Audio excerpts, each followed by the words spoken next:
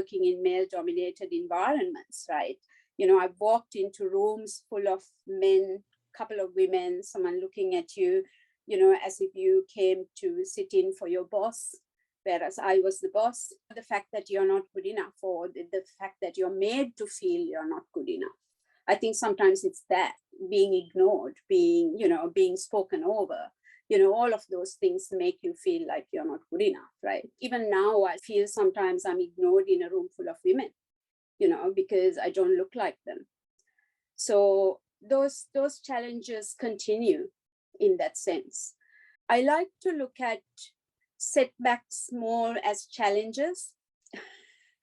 You know, I take things on. So, for example, a couple of really high-profile projects in supply chain, and when it came to a promotion, I didn't get the promotion, and the excuse that was given is that you have a finance background, and you know, there was some kind of excuse that was given. So I thought, okay, I'll go and get my technical qualification in supply chain, and I did my master's.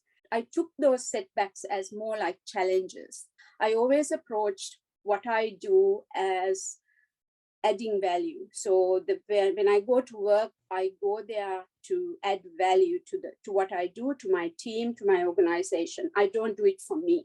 I've always used my diversity as my strength. I've never been one to conform.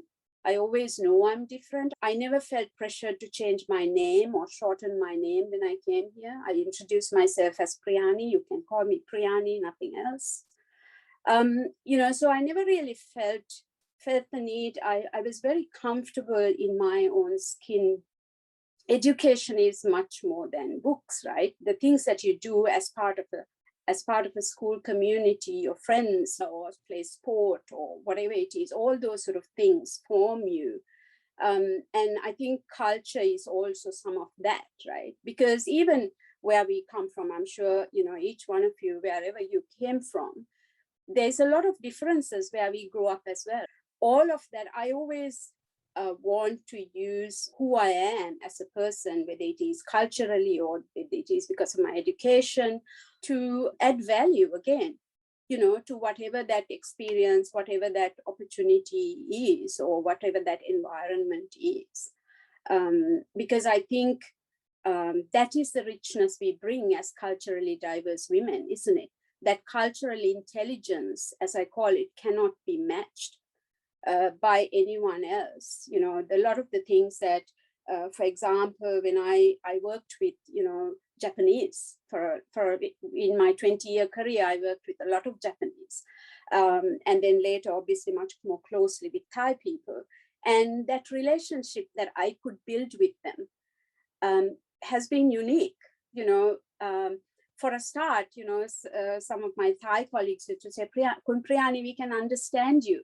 You know, when I speak in English, they can understand me, but when some Aussies speak English, they cannot understand. Valuing what we bring, whatever that package is, and what we build into then our package, selling it as our own unique package, I suppose, if I can put it that way, is where we make that difference, isn't it? Because it's okay to be different.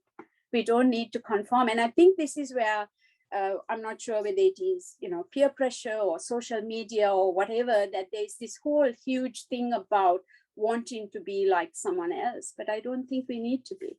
I know that from a couple of people, you know, young women who I've mentored as well, telling me, Priyani, you know, but I don't feel confident to talk because I don't speak with that accent.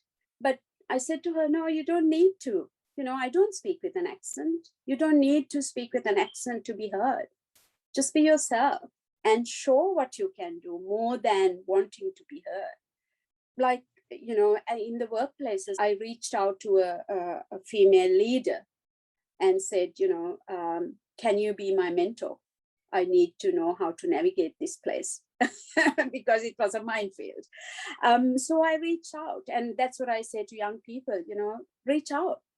I can help. You know, I'm happy to help where there is, you know, if you have any challenges. Sometimes it's just a matter of talking through, isn't it, Lillian? You know, you talked about that voice in your head, that imposter syndrome. Sometimes it's the voice in our head telling us we are not good enough. But there could be someone else who's watching us and thinking, what a fabulous person that person is, right? Because we are always very harsh about how we judge ourselves. One piece of advice that I'll give everyone is see the good in everything first, because it will always help you see the brighter side, because in everything, there is more than one side. And that starts with you.